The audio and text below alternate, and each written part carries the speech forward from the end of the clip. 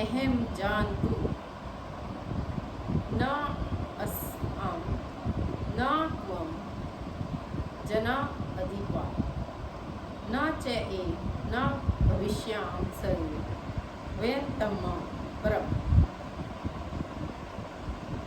ऐसा कभी नहीं हुआ कि मैं ना रहा हूँ या तुम ना रहे हो अथवा ये समस्त राजा ना रहे हो, और ऐसा ना है कि भविष्य में हम लोग नहीं रहेंगे। तात्पर्य, वेदों में कठोपनिषद और तेताक्षर में कहा गया है कि श्री भगवान असंख्य जीवों के कर्म फल के अनुसार उनकी अपने अपने परिस्थितियों में पालक है। वे भगवान अंशरूप हर जीव हृदय में वास कर रहे हैं। केवल साधु पुरुष जो एक ईश्वर को भीतर बाहर देख सकते हैं, पूर्ण और शाश्वत शांति प्राप्त कर पाते हैं।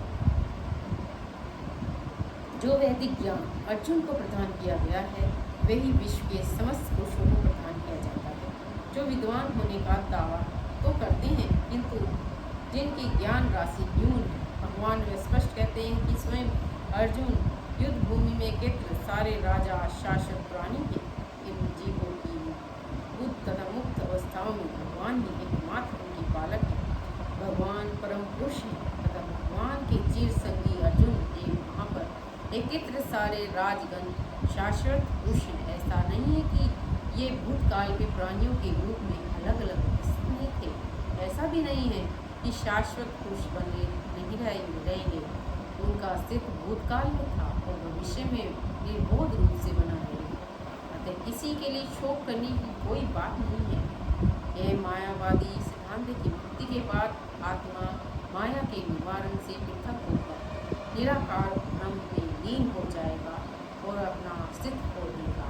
यहाँ पर परम अधिकारी भगवान श्री कृष्ण द्वारा पुष्ट नहीं हो पाता, न ही सिद्धांत का समर्थन हो पाता कि बुद्ध अवस्था में हम अस्तित्व का चिंतन करते हैं। यहाँ पर कृष्ण स्पष्ट कहते हैं कि भगवान तथा अन्यों का अस्तित्व भविष्य में रहेगा, जिसकी पुष्टि उपनिषदों द्वारा भी होती। कृष्ण का यह कथन प्रमाणिक है, क्योंकि कृष्ण मायावंश नहीं है।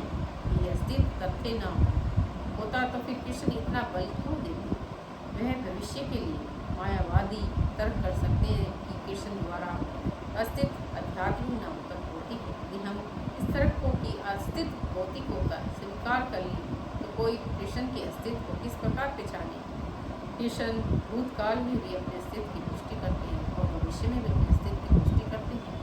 उन्होंने अपने अस्तित्व की पुष्टि को कई प्रकार से की है और निराकार ब्रह्म उनके अधीन घोषित किया जाता है। कृष्ण सदा सर्वदा अपना अस्तित्व बनाए रहे, यही उन्हें सामान्य चेतना वाले सामान्य व्यक्ति को माना जाता है। तो प्रमाणिक शास्त्र के रूप में उनकी भगवत गीता की कोई महत्ता नहीं होगी। एक सामान्य व्यक्ति मनुष्य के 4 अवगुणों के कारण शरण करने योग्य शिक्षा देने में समर्थ रहता है। गीता ऐसे साहित्य में ऊपर है, कोई भी संसारी ग्रंथ गीता की तुलना नहीं कर सकता। श्री कृष्ण को सामान्य व्यक्ति मान लेने पर गीता की सारी महत्ता जाती रहती है। मायावादियों का तर्क है कि श्लोक में वर्णित द्वैत लौकिक है और शरीर के लिए तुच्छ हुआ है, किंतु पहले इस वाले श्लोक में देहा आत्म बुद्धि की निंदा की गई है। एक बार जीवों की देहात्मा बुद्धि की निंदा करने में से कैसे संभव है कि कृष्ण पूर्ण शरीर को पर से वक्त में तो उठाते हैं। अतः वह स्थित आध्यात्मिक आधार पर स्थापित है और उसकी पुष्टि रामार्जुनाचार्य तथा अन्य आचार्यों ने भी की। गीता में कई स्थलों पर इसका उल्लेख है कि आध्यात्मिक अस्तित्व केवल भक्तों द्वारा यह है। जो लोग भगवान कृष्ण का विरोध करते हैं, उनकी इस महान साहित्य तक पहुँच नहीं हो पाती। अब भक्तों द्वारा गीता के उपदेशों को समझने का प्रयास मधुमक्खी द्वारा मधु पात्र चाटने की सदृश है। पात्र को खोले बिना मधु को नहीं चखा जा सकता। इसी प्रकार भगवत गीता के रहस्यवाद को केवल भगत ही समझ सकते हैं और कोई अन्य नहीं, जैसा कि उनके 4 अध्याय में कहा गया है कि ना ही गीता का स्पर्श ऐसे लोग कर पाते हैं जब भगवान के अस्तित्व का ही विरोध करते हैं। अतः मायावादी द्वारा गीता का व्याख्या मानव समग्र सत्य का सरासर भ्रामक निरूपण है। भगवान चैतन्य ने मायावादियों द्वारा की गई गीता का व्याख्याओं को पढ़ने का निषेध किया है और चेतावनी दी है कि जो कोई ऐसे मायावादी दर्शन को ग्रहण करता है गीता का वास्तविक दर्शन को समझ पाने में समर्थ रहता है। यदि सिद्ध का राय अनुभव गम्य ब्रह्मांड से है तो भगवान द्वारा उपदेश देने का कोई आवश्यकता नहीं है। नहीं कि आत्मा तथा परमात्मा का द्वैत शाश्वत थे, उनकी पुष्टि वेदों द्वारा होती है, जैसा कि दहीने अस्मिने यथा देह्यम कौमारम यौवनम जरा तथा देहांत अंतर प्राप्ति धीरे तत् न मोरहन्ति। जिस प्रकार शरीरधारी आत्मा इस शरीर में बाल्यावस्था से तरुणावस्था में फिर वृद्धावस्था में निरंतर अग्रसर होता रहता है, उसी प्रकार मृत्यु होने पर आत्मा दूसरे शरीर में चला जाता है। धीर व्यक्ति ऐसे परिवर्तन से मोक्ष प्राप्त नहीं होता। तात्पर्य प्रत्येक जीव एक विष्टि आत्मा है।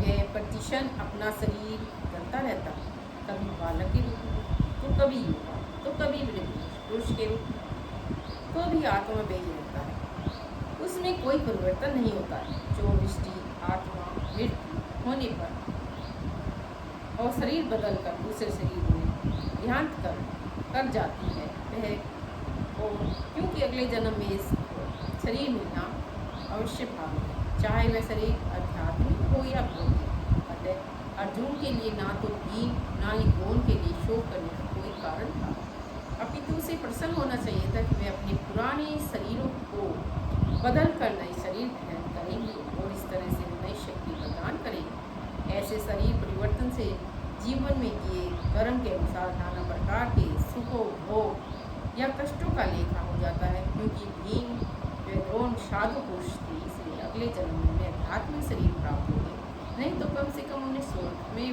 भोग करने के अनुरूप शरीर तो प्राप्त होंगे ही। अतः दोनों ही दशाओं में शोक का कोई कारण नहीं था। जिस मनुष्य को दृष्टि आत्मा परमात्मा तथा भौतिक आध्यात्मिक प्रकृति का पूर्ण ज्ञान होता है वह धीर कहलाता है। ऐसे मनुष्य कभी भी शरीर परिवर्तन द्वारा ठगी नहीं जाता।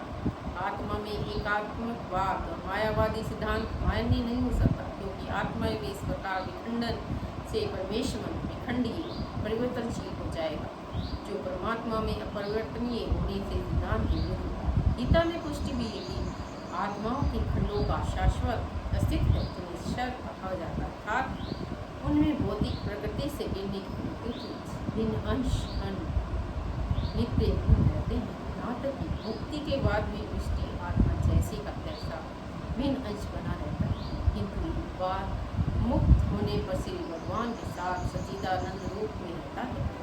परमात्मा पर प्रतिबंधवाद का सिद्धांत व्यवहार किया जा सकता है, जो प्रत्येक शरीर में विद्यमान रहता है। दृष्टि जीव से भिन्न होता है। वह आकाश का प्रतिबिंब जल में पड़ता है, तो प्रतिबिंब में सूर्य चंद्र और सारे तारे सभी कुछ रहते हैं। तारों की तुलना जीवों से और सूर्य चंद्र की परमेश्वर से की जा सकती है। दृष्टि अंश आत्मा की अर्जुन के रूप में और परमात्मा को श्री भगवान के रूप में प्रदर्शित किया जाता है, जैसा कि चतुर्थ अध्याय के आरंभ में स्पष्ट एक विवेक स्तर पर निकलता। यदि अर्जुन कृष्ण के समान स्तर पर हो तो कृष्ण अर्जुन के श्रेष्ठ न हो तो उसे देशक और निष्ठ का संबंध अर्थहीन होगा। यदि वे दोनों माया द्वारा मोहित होते तो एक देशक दूसरे को पृष्ठ होने की कोई आवश्यकता नहीं है। ऐसा उपदेश व्यर्थ होगा, क्योंकि माया के चिंतन में रहकर कोई भी प्रामाणिक उपदेशक नहीं बन सकता।